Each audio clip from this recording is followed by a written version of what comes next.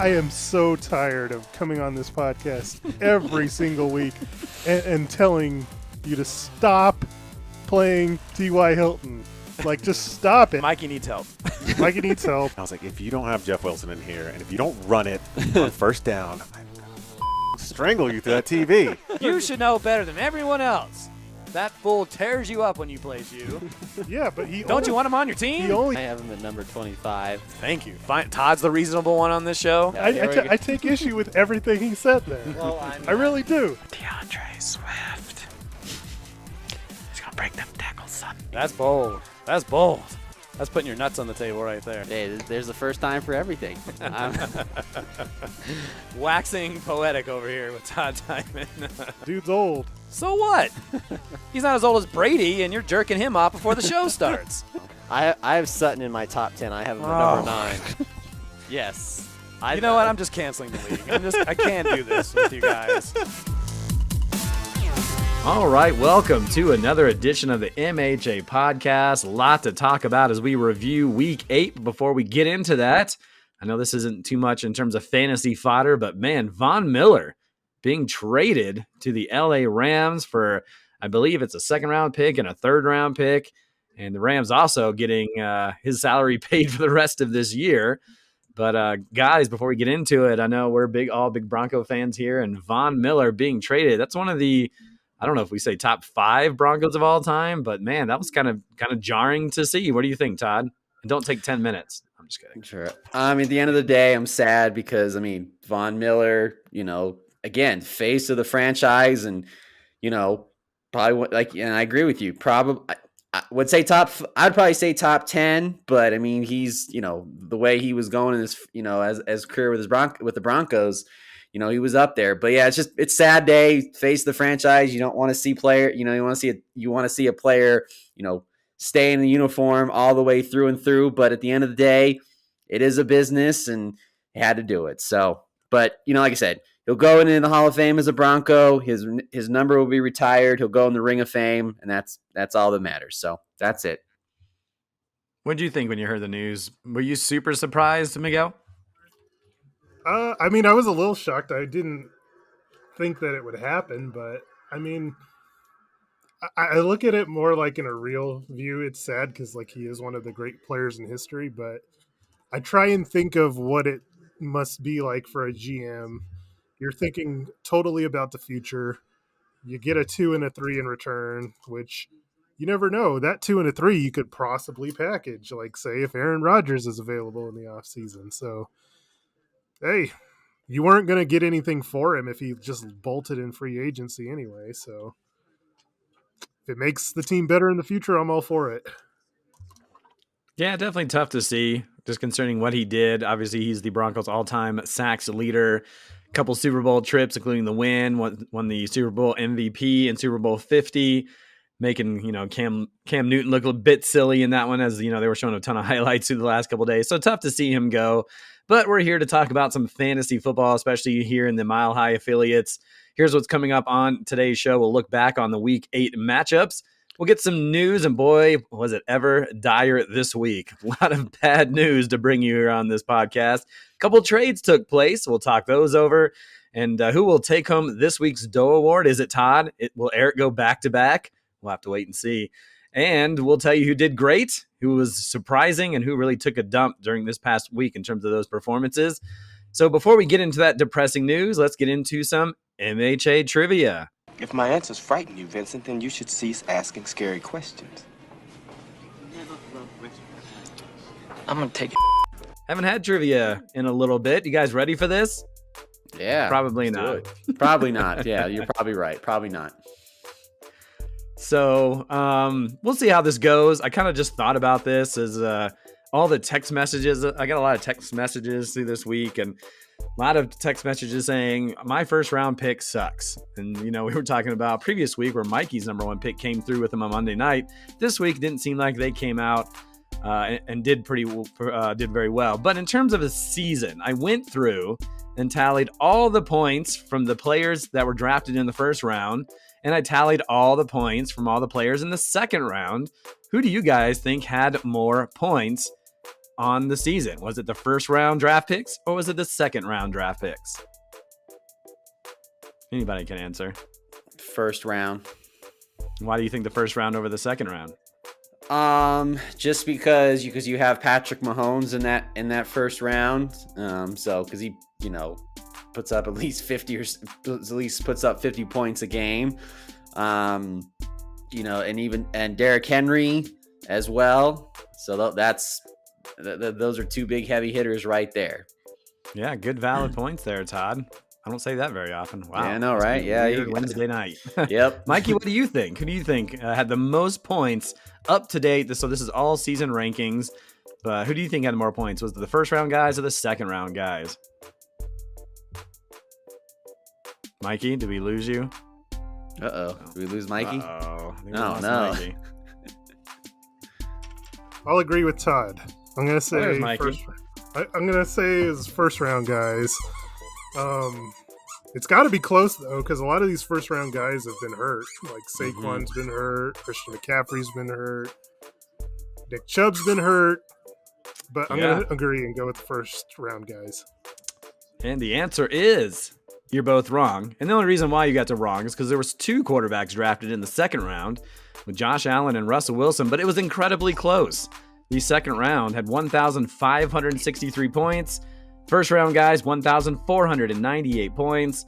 So incredibly close. That's just 65-point difference. Now, I also did an average of the position players because, the quarterbacks, they're heavy outliers in these situations. So if we took out the quarterbacks from those first 2 rounds, which side had the most points per game? Or I shouldn't say points per game. I should say average points per player through the season. So based on the total points for position players in the first round, I divided it by. So in the first round, I took all the position players divided by 11 because there was 1 quarterback. In the second round, I did by 10 because there was 2 quarterbacks. So if you're hearing me correctly, which players had the better points per average on the season? First round guys or second round guys? I'll say first round guys. Todd?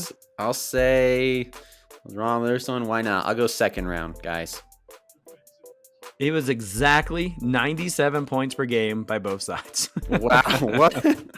Pretty incredible. You have those guys that haven't done well. Calvin Ridley in the second round, Chris Carson with 46 in the first round or second round, excuse me. And then you mentioned the Christian McCaffrey, who's got 48 points, Saquon Barkley 54. So it's just interesting. It doesn't really seem to matter too much. I went and looked and tallied the points from the first round picks for each team based on how many points they got. So for Eaton W's, who is the number 1 team in the league, he's got Nick Chubb, who's been dealing with some injuries. He's got 85 points. And in the second round, he's got DeAndre Hopkins, who's done fairly well. He's got 98 points. But you have CUP, who's got 555 points just because he has Patrick Mahomes. So he's second, at least in terms of overall standings. NWA has 473 points. And that's just because he's got Josh Allen. But those guys in the mix, like Lemonheads and Bishop Sycamore, Cooper's Cousins, Tamales, they're all around 235 to 245 points. So relatively close. But you talk about Kilgore Trout, that poor guy. I was talking to him today. Can't catch a break. He's got Aaron Rodgers this week. And, he's not playing. He's part of the news. But for someone like Kilgore Trout, who dealing with Dalvin Cook, who's been solid, but he's had some injuries and had some kind of dump games there as well. But he also has Chris Carson, so things not working out with him. Butterfingers. Obviously, Aaron Jones has been spectacular, but Calvin Ridley not so much. So that's kind of how the first and second round have gone. Obviously, it's important to have those first couple of picks kind of really pan out for you, but it's not the end of the world either. If you draft well and draft for depth, you can put yourself in a decent position. But man, Kilgore Trout, rough. Belt Sanders actually one of the higher ones with 251 points. And that's just, obviously McCaffrey hasn't worked out, but he has a quarterback. So maybe that hasn't worked out now that I think about it, because Russell Wilson, 203 points. Probably not even in the top 10 amongst quarterbacks. Okay, let's get into the news here a little bit. To me, the most amazing thing about the news is that whatever goes on in the world, it exactly fits the number of pages that they're using in the paper that day. Interesting contract. Derrick Henry is out for the season, or they assume he's out for the season based just on recovery and all that stuff. He's having surgery on his foot.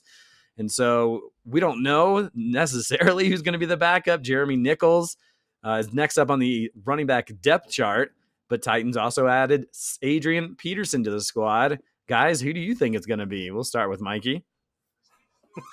I honestly have no flipping clue. Flip a coin. Flip a coin. Who knows? You know, I kind of went with none of the above. Like, I feel like Adrian Peterson, like, what does he really have left? I mean, he's liable to have like a blast from the past game, like maybe once.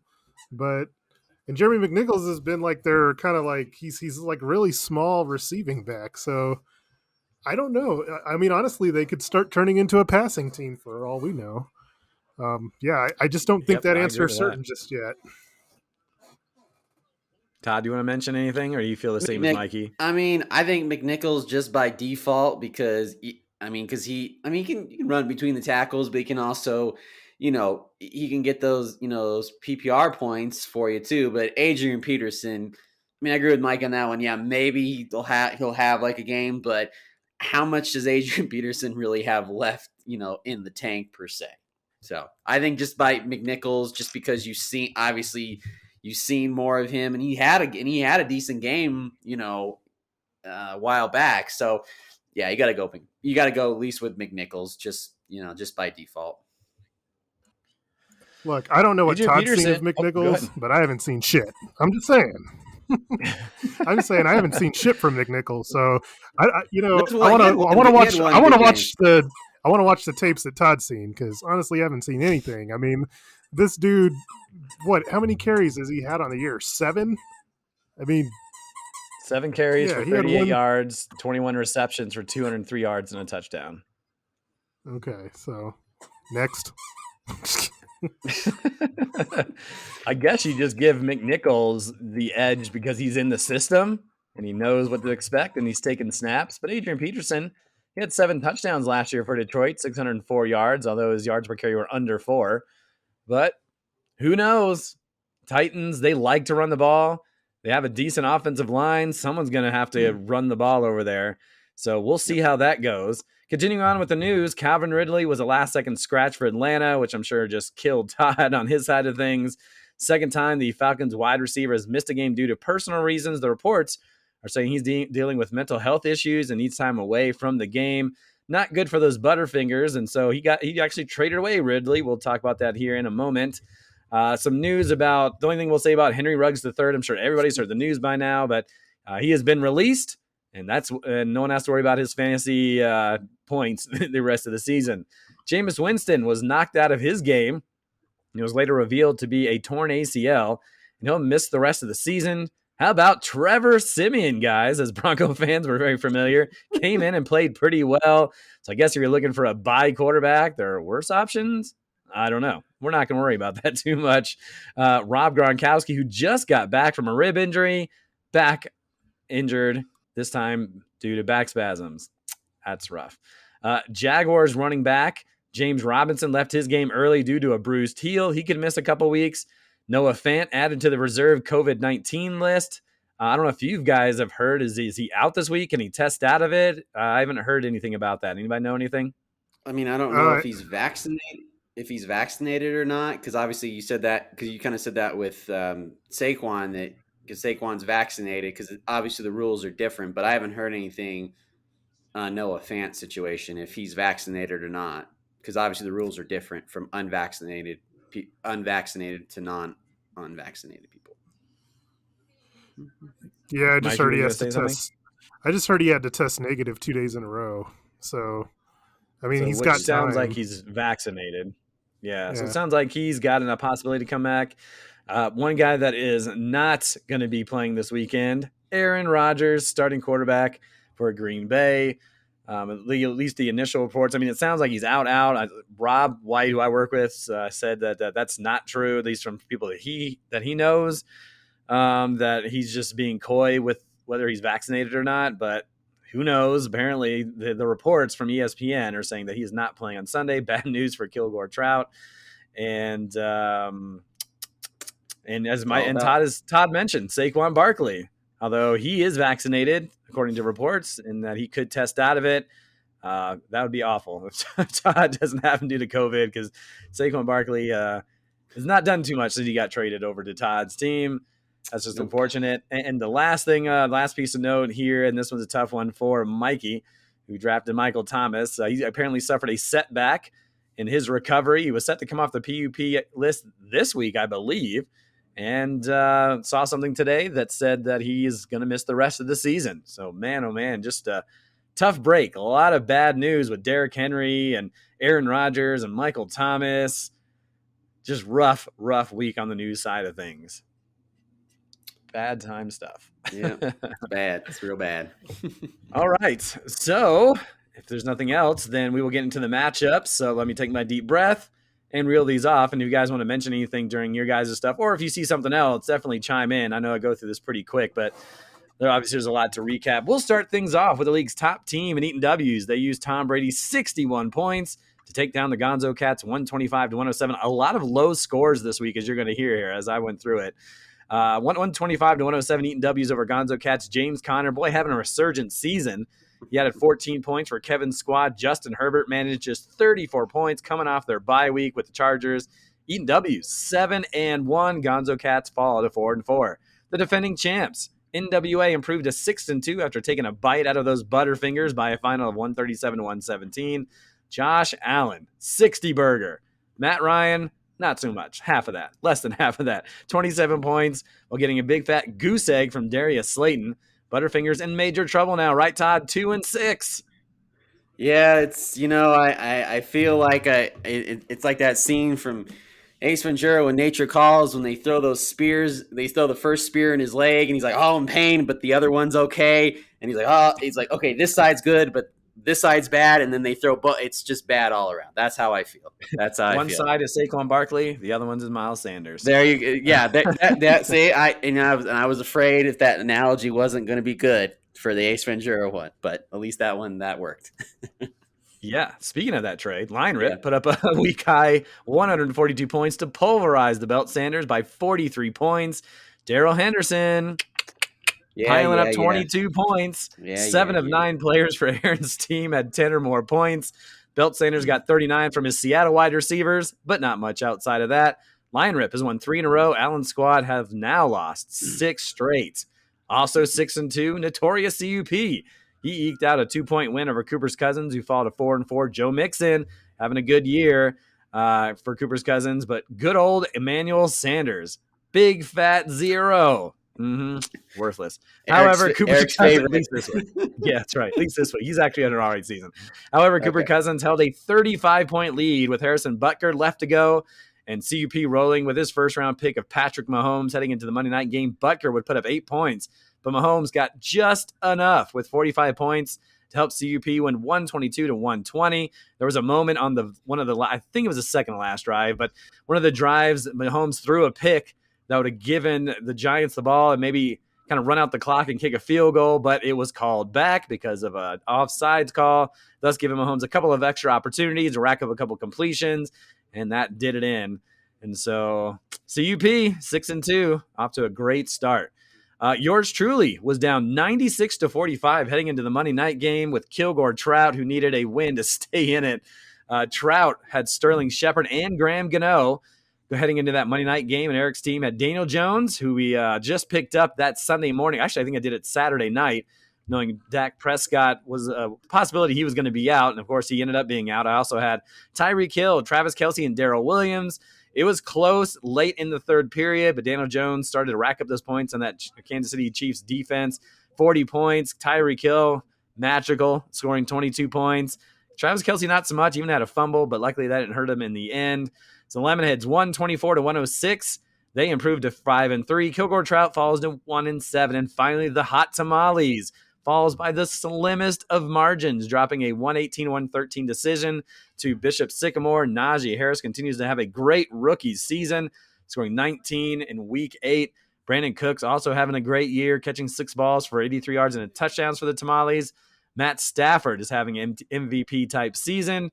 If it weren't for Tom Brady, who is obviously probably a little more in that mix, Stafford tallied 51 points, a blowout of Houston. Derrick Henry, subpar day. Of course, we found out later he was playing on an injured foot. You wonder how much that had a factor in him now missing the rest of the season. Mikey was in good spirits, though, heading into the Sunday night game. But for those who have been in this league for a little while and perhaps listens to this broadcast, Amari Cooper, the bane in the existence of hot tamales, last player left in the matchup in that Sunday night game, had a very late touchdown, and that sealed Mikey's fate, 118 to 113. Tamales and Sycamore, both 4-4 as we head into week 9. Mikey, you want to mention anything about your matchup other than I'm sure Amari Cooper is just a pain in your ass? Oh, it sucks to lose on a last play in a Sunday night game. That's all. I mean, Thursday night didn't help either. So there you go. And I'm sure you're referring to Kyler Murray. You didn't have a very good output. It was a lot of running touchdowns, but not from your quarterback. It was like the rest of the running backs that did all the damage. Yeah, it sucks 'cause I feel like, I mean, the rest of my team, I had some, stinkers here and there, which everybody does, but I mean, I felt like the rest of my team did all right. Just got let down at the quarterback position. So we'll head into the Doe Award. Who's going to win it this week? There's a couple that I saw that are good candidates, and if I missed anybody, you guys can let me know. Since there was a lot of low scores, there are not a lot of great candidates, but here are the ones, and you guys can decide. We could get on tamales. Trevor Lawrence, 46 points. Kyler Murray, 30 points. And Mikey, of course, just lost by 5 points. But who really would start Trevor Lawrence over Kyler Murray the way Murray's been playing? But that's just a candidate. Cooper's Cousins, 0 points for Emmanuel Sanders. How dare you start him? That's his own fault. But he could have started Mecole Hardman or KJ Osborne. That could have made a difference as well. Or how about those Butterfingers lost by 20? He started Carson Wentz, who had 51 points. Matt Ryan just 27. If you guys have any other ones, feel free to let me know. Or you can tell me which one of those deserve the Doe Award of the week. I'll nominate myself because Todd's nominating himself. That is just. But again, it's my own fault because we have this every single year with Matt Ryan. The situation you get a good when you have a quarterback, you can't have a good week and a bad. You can't go back. It has to be consistent. And yeah, I vote for myself. This is gross. Mikey, who do you think? I mean, it's tough. I mean, neither one of those quarterbacks, Wentz or Matt Ryan, is like. You look at him, you're just kind of like blah. So sure. I mean, but yeah, I guess give it to Todd. You Yeah, can't give I'm it gonna to have me. to make it. No, it's tough to give it to you, but those are the 3 candidates out of the 6 matchups. Okay, so yeah, I mean, it's tough. As much as I hate Emmanuel Sanders and love to vote against him and anybody that uses him, it's got to be tough. That's a tough situation. I mean, it wouldn't. I mean, obviously we all picked it, but it's definitely not one of those like outright whoops, you really screwed up. It's just unfortunate, and that's where we are this week. A lot of low scores, a lot of just it was just that type of week. Go! Don't! Don't! Don't! Don't! So let's talk about those standings now. And we mentioned at the top, still there, Eaton W 7-1. They've won 4 in a row. CUP 6-2, as they have more points than NWA, who's in 3rd place at 6-2. In 4th place, Lemonheads 5-3, actually 2nd amongst all point scorers behind Eaton W's. In 5th place, Cooper's Cousins at 4-4. Tamales in 7th place at 4-4. Gonzo Cats at 4-4. 9th place, Lion Rip. As we mentioned, 3 wins in a row for them. They're at 4-4. Butterfingers at 2-6.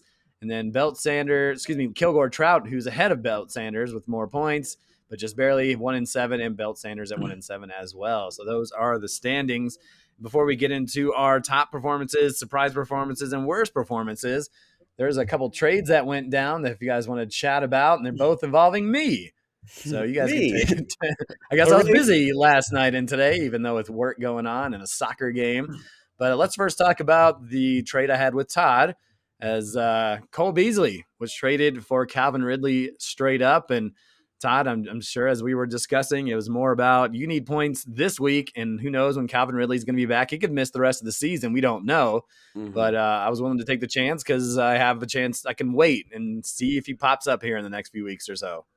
Absolutely. Yeah. I mean, yeah, you can afford it. I unfortunately cannot. Because Godwin's on a bye this week. So to just be Jamar, I mean, obviously Jamar Chase is obviously we've seen this season very capable of putting up big points that we've seen this season. But yeah, I needed somebody else because Darius Slayton just wasn't a goose egg. Are you freaking kidding me?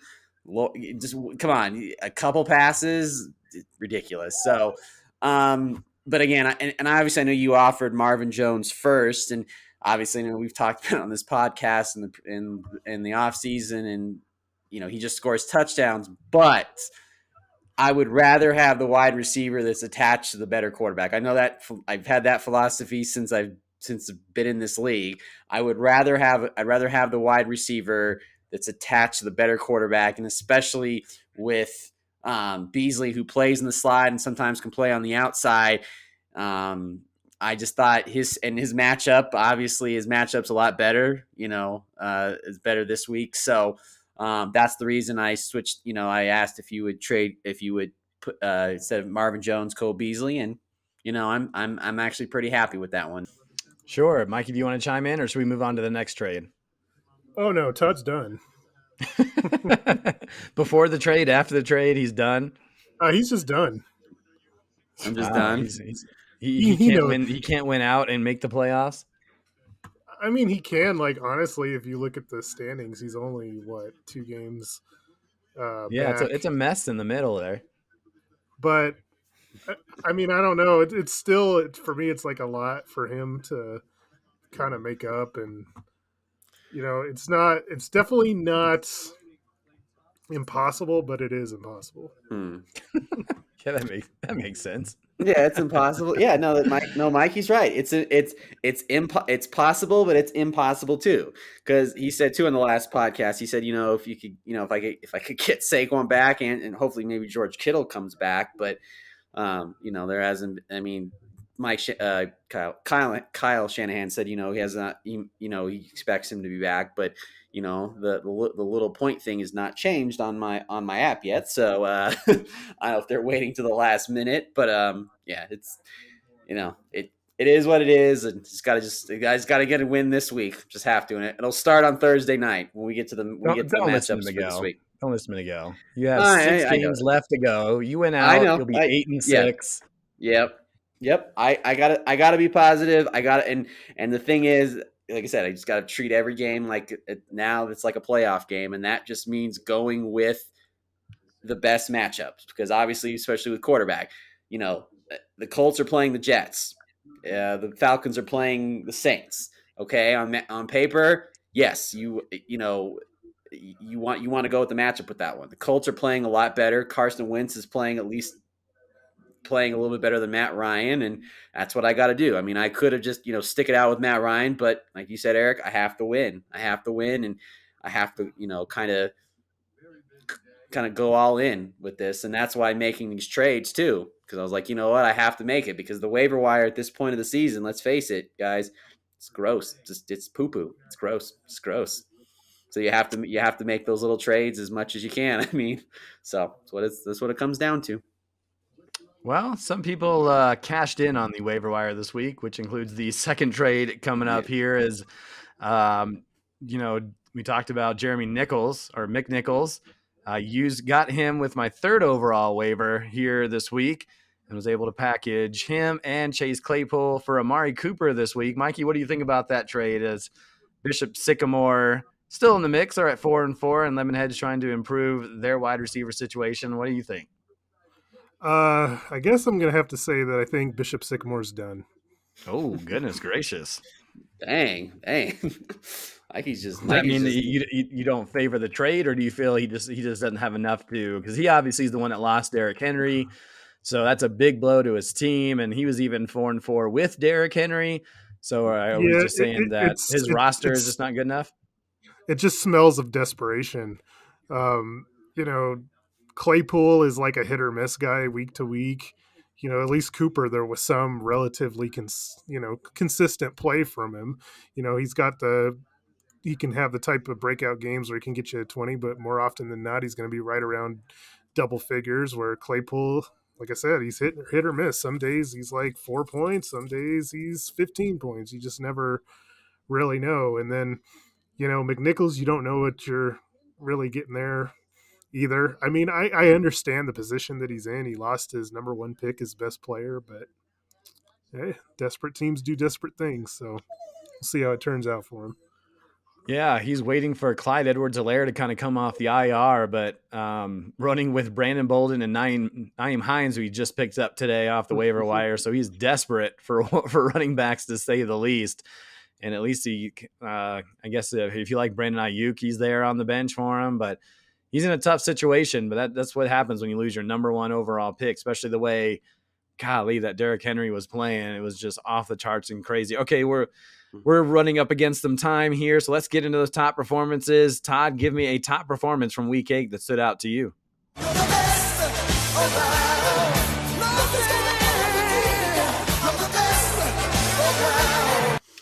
I'll go with Josh Allen. Dude just keeps putting up big numbers every week. I mean, at this point, he's looking like he might win MVP at this point, but they just keep going along. 61 points. He's didn't even. I mean, I guess if I would have played Carson Wentz, I would have won. But yeah, he's Josh Allen is just in fantasy and reality, he's good. He could have been a Bronco, but that's a different story. Could have been a Bronco. Well, Josh Allen, he is fifth amongst all of our quarterbacks behind Brady, Mahomes, Stafford, and Kyler Murray here this season.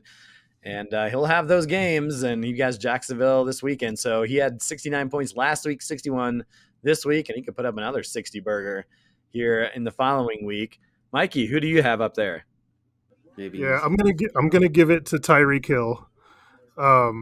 He really came through for you on Monday night when you really needed it. I mean, you had Daniel Jones and you had Travis Kelce, but it was really Tyreek Hill that kind of carried the day. He didn't have any big plays, but he was super consistent, had a ton of receptions, and led you to the victory. So I'm going to give it to him. Yeah, he had 12 catches, 94 yards, and a touchdown, and been pretty consistent. He is second behind Cooper Kupp in terms of points by a wide receiver this year. I don't like to stick around with my team, but man, how about Michael Carter? 26 yeah, I was points. Say that was Holy that was cow, another where did one that if you were come going to mention. I know. Not to mention, to go along with Mike Whitehall, I'll talk about my surprise performance, even though no one really had him on his roster. But Michael Carter has had 17 receptions in the last 2 games. And Michael Carter led all running backs with 26 points, 4 more than Darrell Henderson, who's in second place. And they're really starting to utilize him in more plays. And, with their running game, because he's done all right. But, when you're playing from behind, you don't get that luxury. Michael Carter, we've seen, and what I've saw, at least in his preseason or in his North Carolina days, is that he is electric in space. So he's really taken it to the next level, and he had 77 yards running, which was a season high. So starting to fill things out there, and that was pretty awesome to see. One I'll also mention is Eli Mitchell, helping out Aaron, who we mentioned led the league in points this week.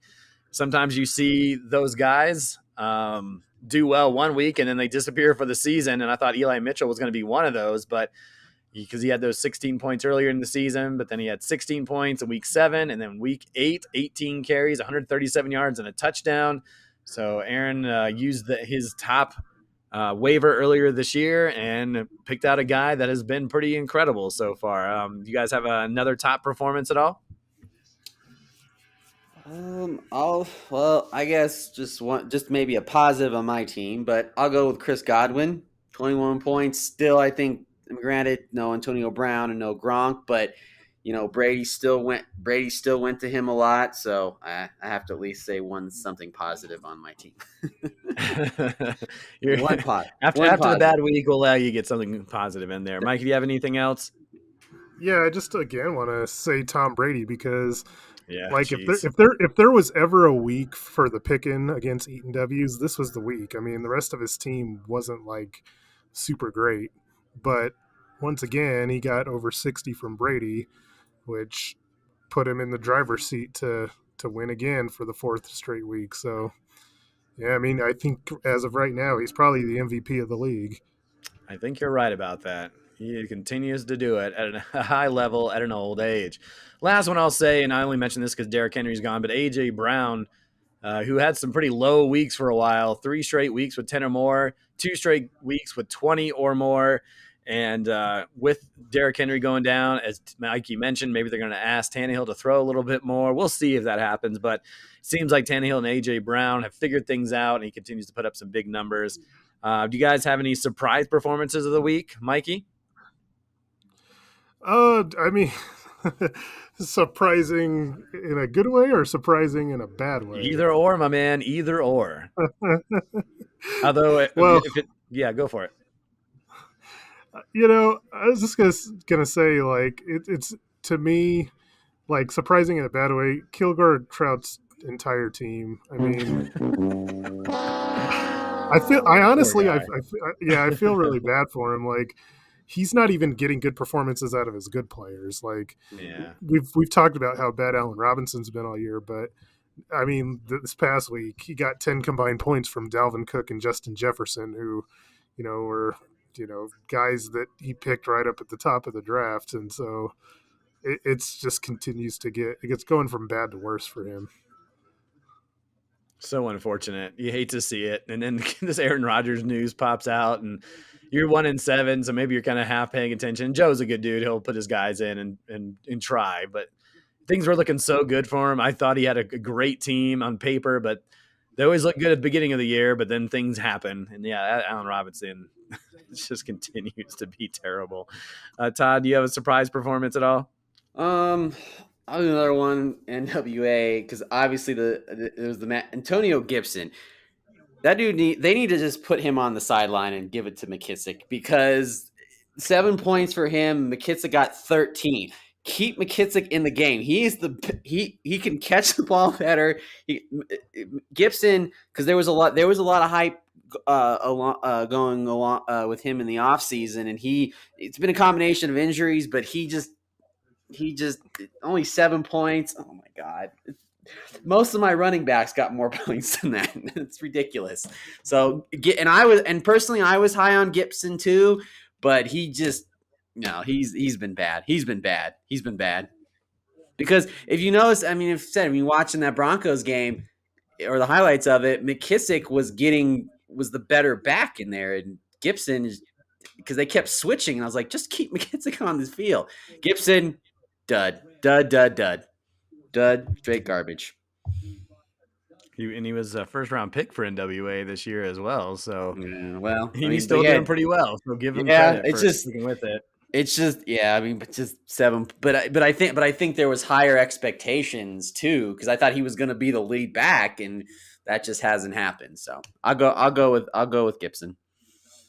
One last one I'll mention before we go into worst performances. You got to mention Mike White. Mm-hmm. Came out of nowhere to score 69 points. I know no one has him and no one's picked him up, but it's hard to ignore 37 completions, 405 yards, and 3 touchdowns. He also had a 2-point conversion. That is insane to see that kind of pop out of nowhere. That might be one that we may never hear, but we'll always remember Mike White, but we may never hear from him again. Worst performances. Yeah, Mo, that team sure did suck last night. They just plain sucked. I've seen teams suck before, but they were the suckiest bunch of sucks that ever sucked. And I'll just echo what Mikey said. I also had those. It was more about the Minnesota offense more than anything. Although Aaron won, it was just 37 points from Kirk Cousins, but those 10 points by Jefferson and Dalvin Cook, those guys you need and rely upon, and that's just not going to help anybody. Todd, do you have a worst performer? I'll go with, this is on the winning side, but Zach Ertz, only 6 points. I mean, you thought maybe coming over to Arizona, better offense and everything like that, against Green Bay. And Green Bay's defense isn't exactly scary by any means necessary, but obviously too, it wasn't totally his fault because Kyler Murray had a very bad game. But yeah, Zach Ertz, you thought maybe that's going to be another weapon for him because they're going to focus on Hopkins and Edmonds, but only 6 points. That's not very good. But again, what do I know about tight ends? I chase touchdowns with tight ends. So what do I know? It always goes back to the I'll never have to worry about tight ends at all this season. And now Yeah, he's worrying about them that's another every one we'll day. remember about this season. We'll figure it, when we do an off season or end of the season podcast, we'll come up with line. We'll have like, okay, what, this person said this, and yep, Todd said, oh, never gonna have to worry about tight ends. Nope, not gonna have to worry about tight ends. Nope, not gonna have to worry about tight ends. So you can put that as a soundbite for intro. Yeah. Mikey, is your worst performance your own quarterback? No, I'm going to give it to Justin Herbert because that's now two performances in a row where he scored 34 points after coming out hot to start the season. And it really cost Gonzo Cats this week. So I'm giving it to Herbert. Yeah, you usually don't see that type of bad performance when you have a whole week off to kind of prepare for that next opponent. But I'm not sure what's going on in San Diego land or Los Angeles land, just because I haven't seen those games. So not real sure. And one more I'll throw in there, Odell Beckham and all his nonsense. Good gravy. Yep. He is a knucklehead. It sounds like his pops is a knucklehead. And 1 point, not that it mattered too much. I don't even know if Mikey started him, but hopefully not. But it's just, goodness gracious. That's something else. All right. Or I was gonna say one more, just in Terry McLaurin, kind of a little disappointing too. Now, obviously, the quarterback situation is not great, but only 5 points too. Another. He had 19 the week before, but not a lot of, only really 3 games with double digits. The other games really single digits. So that's another kind of disappointing one that hasn't really lived. But again, Kevin's doing just fine. So again, I'm nitpicking because I hate my team. So he's just going to batter everyone else's team. Yeah, pretty much. That's how it's gonna go. For sure. Yeah. Let's take a look at next week's schedule. The matchup of the week. Boy, this is going to be a good one. The top 2 teams, or I should say 2 of the top 3 teams, but Eaton W 7-1, NWA 6-2. They've been pretty much the best teams all season long. They'll go at it this week. 5-3 Lemonheads taking on 4-4 Gonzo Cats. A couple of 4-4 squads will do battle. Bishop Sycamore and Cooper's Cousins. Lion Rip looking to take his winning streak against the Butterfingers to 4 straight games. 4-4 versus 2-6. And the 4-4 Hot Tamales looking to get back in the win column as they'll take on poor, decrepit, abysmal, sad Kilgore Trout. And it's the second place team in the MHA, 6-2 Notorious CUP. They will look to stick a fork in the Belt Sanders, who are sitting in desperation mode at 1-7. The bye weeks, Lions, Seahawks, Buccaneers, Washington. So no DeAndre Swift, no DK Metcalf or Tyler Lockett, no Buccaneers offense, which has been pretty spectacular here this season. And Todd just mentioned Terry McLaurin. He won't be available this week either. How are you feeling about your matchup, Miguel, as you go into this week 9? I mean, I like who I'm playing, so that's kind of cool. Nice. Must be nice. Hey, he still has good players, so you always worry about Dalvin Cook and guys like Justin Jefferson, and who knows? Maybe this is Judy the too. week, the week that Allen Robinson wakes up. You never know. I respect my opponents. Damn it. Okay. He's got Derek Carr running this week with no Aaron Rodgers, as we mentioned. But I'll tell you what, though, Zach Moss put up some okay numbers this year, 8 or more points in, 5 of his 7 games that he's played, something like that. That's been a little surprising, but man, yeah, he's still got to roll out Allen Robinson hoping for that breakout. But it'll be at Pittsburgh on Monday night. That'll be a little difficult. Nobody wants to roll against my running backs. That's a fight that I'll win against anybody. It's Kamara just the and other Najee spots. Harris has been spectacular. Not sure about that Callaway deal, but that's who you got. That's who you got. Maybe Julio will be ready for you this week. Yeesh, possible. Julio. Talk about disappointment. Well, at least for Mikey, I knew he was garbage. But hey, what's worse is he's not even the most disappointing on my team. So, who's the most disappointing on your team? Oh, come on, it's got to be Odell. Weren't you higher on Jones? Didn't you draft Jones higher than Odell? I did, not by much, but I mean Odell's just been it's been very, very silent. At least like I kind of feel like I still think there's some sort of light at the end of the tunnel for Jones. Odell, I don't really feel it. Yeah, I'll tell you what, he's- though, Odell Beckham's got more points in the last 6 weeks than Julio Jones. Yeah, but they also But sent him take that home for from what it's worth. practice and told him not to come back. So Lovely. Todd, you want to say anything about your matchup? Talk about desperation mode. You got Cole Beasley that you'll be able to run this week. As you can see, if you go to his page, it says empty in his flex spot because I guess I'm assuming that's where Beasley's going to go. But you Yes. take on Lion Rip, who's won 3 in a row. Yeah. And you're going to face your team that you traded Darrell Henderson and James Robinson to. We'll see if Robinson plays. Yeah. It's not looking great, but I know, because if that's the case, then because I did pick up Carlos Hyde, so. But as of right now, my other running back next to Aaron Jones is the one that took a couple touchdowns away from Williams on 1 touchdown. Well, still one it's touchdown. Derek Gore, everybody, not related to Frank Gore. I don't think it's the same Gore because I looked that up. I was like, They are not. They mentioned on the broadcast they weren't related. Yeah. Is Todd touchdown chasing again? He is. He Well, loves it. it's Eats it up for well, dinner. hey, if McKissick was playing, I'd play McKissick at least. But Mikey, I got to do what I got to do. I mean, here's the thing: if Robinson is out, I'll play Carlos Hyde. But at the end of the day, it's going to be Aaron Jones and Jamar Chase. They gotta. I love that sigh from Todd. That's a let's fantastic go. sigh. Well, first of all, I'm at least of anything out of this season that I'm going to be proud of that I got Jamar Chase right. I got something right. I don't get a lot of things That's right. That's hang his hat on. I'm going to if he because I'm probably going to win that board bet. Right. And right now he's on. I mean, I should be mopping the floor with that one. Now the Melvin Gordon, Javonte Williams one, that one Mikey might win that one, but at least I can win this Jamar Chase one. I'll feel a little bit happy that, hey, you know what? I stuck to my guns and I said this player is going to be great and he's going to do all the, and he has. So I can't you can't knock it too much, right? Don't play Carlos Hyde, Todd. I'm just warning you. Don't do it. Mikey I guess recommendation of the week. Yeah, well, yeah, I don't know, but we'll see. And then Devontae Parker, we'll see how that goes. Trying to find another wide receiver, or I don't know, but we'll see. But again, it's gonna at the end of the day, it'll start on Thursday night for me. Thursday night, tomorrow night. If Carson Wentz can just light up the Jets like the 4th of July, maybe that'll be a good sign going into Sunday. That's all I have to say about it. Not if Mike White has anything to say about it. Well, Mike at least White. but at least Mike. I'm gonna give Todd a quick spoiler. Oh, no. All right.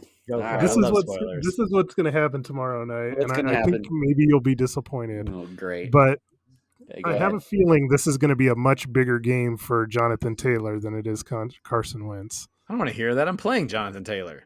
I mean, disappointing for Eric. Yeah. But here, who knows? Maybe too. It'd be nice too, especially in fantasy. Maybe it would be a shootout, maybe per se, and they'd have to throw a lot because in that Titans game, so I think that's the only reason why Carson Wentz got 51 points because it was a shootout. I mean, granted he threw 3 picks, but just have to hope and see. But I got to play the best. Tennessee's a good offense, though. I don't know how good Jets' offense. I know they were good last week, but well, be able to put up 35 points to keep up in the shootout. I don't know. But here's the thing too is, and when Matt Ryan was on bye week before, and I played Carson Wentz, and they were playing Houston, it was kind of I mean, he threw a couple touchdowns, but they were destroying him, and guess what? That's all I got, 30 points. So it's kind of I'm kind of taking a little bit of risk too, because if the Colts get up early in that first half, and unless Mike White just has the game like he did before, then I might be shooting myself in the foot there. I'm gonna have to think about that too. But at the end of the day, I got to go with the better matchup. I can't like, all right, Matt Ryan, you got this is my season on the line, and dude puts up only 27 points last week. So yeah, it's do or die. It's do or die. It is definitely do or die for Todd as he come down here into week 9. So, guys, any last thoughts before we head out of here? The NFL season is flying along here. A lot of great stuff happening this year. A lot of bad stuff with injuries and off-the-field stuff. And COVID still running around rampant, screwing some fantasy owners up. But Seems like it's been pretty entertaining so far. Yeah, it was pretty cool. At least for a good Broncos side note, when Peyton threw the pass to Stokely, that was pretty cool. Watch that. That was pretty cool. So one last pass. So I was like, that's pretty cool. Anything you want to say, Miguel, before we head out of here? No, I'm just amazed that at this point we're about at the halfway point, and Yeah. there's only 3 teams that are under 500. That's pretty amazing, at least to me. Yeah, a lot of 4s and 4 teams. So it's still a big jumbled mess, and there's teams. I hear there's trade stuff going around even outside the ones I made. At least they're being made, I guess I should say. But people are trying to formulate their teams as we head down the stretch of this season. So guys, thanks for hanging out with me on a Wednesday night. We'll try to get this out tomorrow morning so everybody can have this before the Thursday night game, where Todd hopes it's 50-49, but Mikey says nah, it's probably not going to happen. And Mikey Renault, Todd Diamond, Eric Lansing, stay away from that COVID. We'll see you next time on the MHA podcast.